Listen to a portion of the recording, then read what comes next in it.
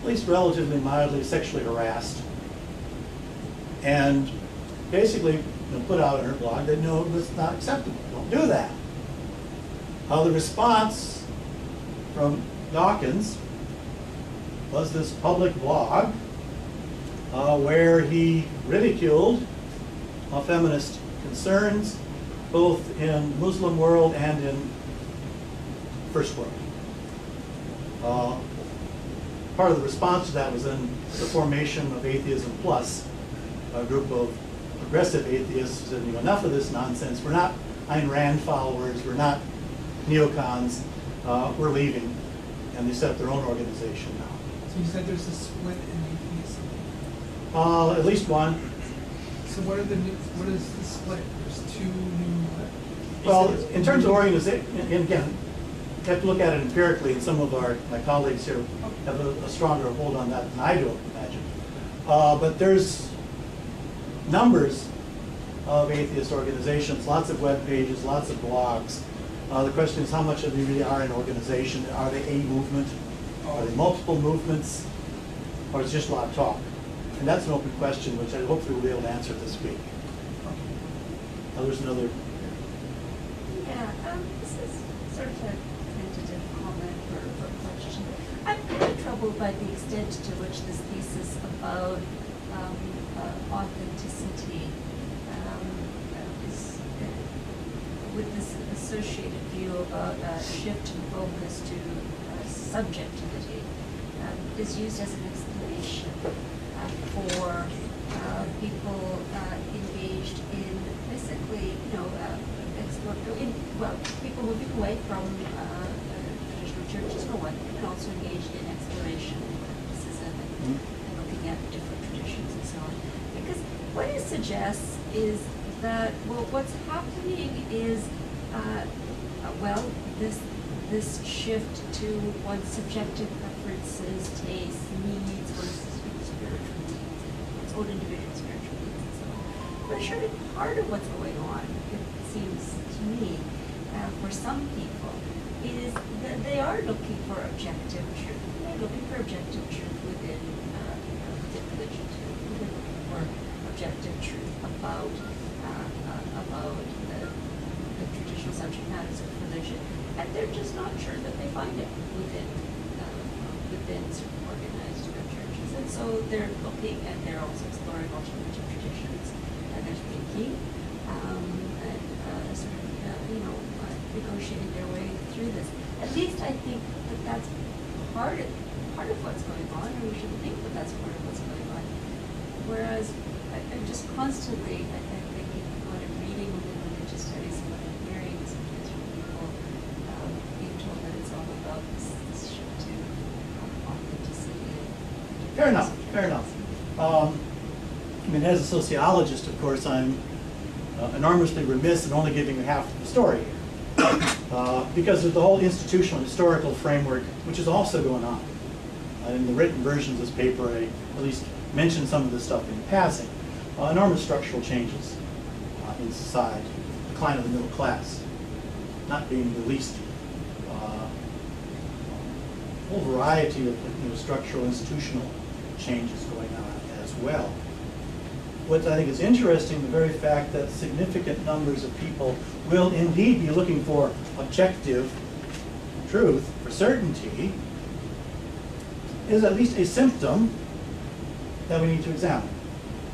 And certainly we cite this amongst fundamentalists. One of their selling points is, we know the truth. This is objective truth. It may not be scientific truth, but it's truth for them. The search for objective truth is not the same as the search for certainty. So here's where I'm coming from as a teacher of philosophy. And so part of what I'm thinking about here is that the students that come to my classes in philosophy of religion, but also other areas year after year for now almost 20 years, and they are interested in questions about the mind, about the supersensible, about possibility of life after the way many things that are the subject matter of religion. This isn't about a quest for certainty, but part of their rejection of the idea of belonging to a particular church is that that they're not sure about the answers to those questions, and they're suspicious of institutions that tell them this is what you have to think. Okay, fair enough, fair enough. But again, one of the characteristics of this age of authenticity, at least, to the extent we accept Taylor's argument, is precisely the opening of individual inquiry. People have to find their own path. You simply can't accept the party line. In politics, we see this move from party discipline to individual rights. In religion, away from this is the way it is to a much more openness in terms of seekership, if we will. Which again manifests itself in many, many ways, one of which may be what you described. Yeah, I don't actually even, I'm quite suspicious of Taylor's claim that this is something new and that people never questioned for instance, whether God exists until the modern age. That's Oh, no, he doesn't say that. What he does say is that what used to be the affair of a rather small number of intellectuals is now mass phenomenon. That's what's different. It's not just a few people in a few universities. It's now mass phenomenon. Yeah, I'm not sure if you look at, for instance, society in even medieval Europe, let alone in some other places, that you don't find more diversity and more questioning. And be burned as a heretic if you depart from the truth that the church taught. I think the fact that they were burned proves that they existed. Well, certainly it exists. But again, it's a question of scale. And a question of what is the reaction of power, if you will, to such diversity. Go back not too many centuries ago, if you could raise questions, but was the old joke in the old days, it was published and to perish. There's a high price for bucking orthodoxy. Now that's no longer the case. Just to give Taylor his due, he's got a three-part argument here, Yeah. because it's basically his paleo, neo, and Yeah. post-Durkheimian argument. And so what the portion that has to be taken into consideration is that at some point this kind of age mobilization religious structure was not in place yet, and much of the late medieval, early modern forming of that, which included the burning of heretics and these no longer toleration of all that stuff out there, had to be formed in blood. And then if we then take that kind of 19th century portion where the age of mobilization becomes dominant as the standard, right? Then, I mean, and a lot of the secularization argument does precisely that. It says, well, where do we start? We start right there, without sort of asking, well, you know, was there a time when this just didn't obtain? And there very well was. Even the whole idea of, you know, all these people belonging to these churches, those two, well, if you actually add 4 of them, you got 92% of the population.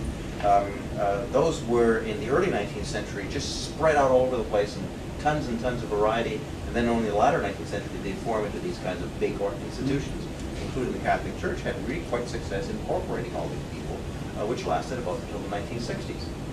So even that, you know, the comparator, the temporary situation.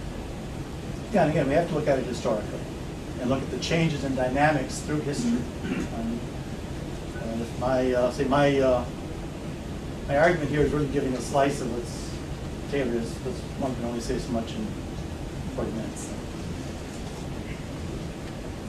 Well, if she's challenging the linear perspective of this transition from mobilization to authenticity, that brings back the secular perspective, which you briefly touched base on, but then challenged as being sort of incomplete. So I'm sure if we go back maybe thousands or millions of years, you could find huge phases of secularism and then back to spirituality, back and forth, and so on and so forth.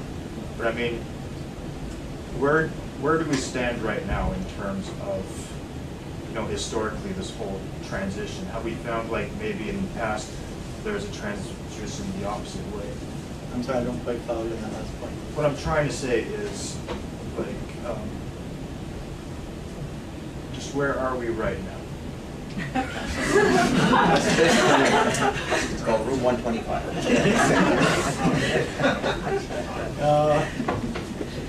And that's one of those things when you pay your money, it takes your choice because there's 101 answers out there. Which one's right and who's off and who knows where. You pay some money, it takes your choice. I certainly don't know. Certainly we seem to be, and we certainly are in an age of very rapid social change. We are in a time when many of the institutions, I think what her question is, this rapid change in society, is this unique in history? no. History moves at different pulses, if you will. There's times when things stabilize, as Peter just mentioned. We had this great stabilization, which we call the age of mobilization, in the 19th, early 20th centuries. But before that, there was Taylor calls it the great disembedding. Quite literally, the lifting out of people from the social, cultural, institutional contexts of the Renaissance and the Middle Ages into, nobody knew what was going to be yet. Well, we ended up in the Industrial Revolution. But there's a tremendous amount of uncertainty, and as Peter said, a lot of blood, because the powers that be tried to control, particularly the ordinary people, for the first time. And you can go back and find bishops in the Middle Ages, right, sort of shaking their head about, peasants believe this stuff, and what can you do? In the early modern period, let's burn them at the stake. Witch trials are a phenomenon of modernity, not of the Middle Ages. So yeah, there's a lot of chaos, a lot of bloodshed, religious wars, if nothing else, before it stabilized. I can't vouch for the exactitude of the figures. I've been told that on Easter Sunday at St. Paul's Cathedral in 1804, exactly 4 people took communion. By the 19th century, after the Tractarian movement, people have been mobilized back into the church. There's big changes. Now, that particular stabilization is broken down, which affects culturally and institutionally. Are we in a time of transition into some new stabilization? Or are we at the end of an era where anything's going to go for a long time? Who knows? And if you read some of the gloomier people over at the science and technology side, particularly given the climate change and the consequences of that, they don't look good. But on the other hand, part of our culture is apocalyptic myth. We see the future through the myths of the apocalypse, which colors everything we do. I mean, that's part of our social imagination. So we can't tell if the end of the world is at hand or not. So who knows what's coming? We're really, really bad at predicting the future. Well, some people just can't wait. Yeah. That's why they think it's going to all happen next month on the 21st. Are we, I think we're, People are waiting to get at the refreshments. yeah, so I'll invite you, before I invite you to say thank you to Professor Stahl, I want to invite you to stay on for the reception, which is this multiple celebration today of the launch of the Ottawa Journal of Religion Volume 4 and the launch of the workshop on atheist identity, spaces, and social context, and finally a celebration of the wonderful talk that William Stahl has just offered and the thought-provoking discussion and comments, and I'm sure he'd be delighted to talk with you and entertain more questions, and I'll fetch him something to drink so he can have a little something while he talks to you. So please join with me and thank you.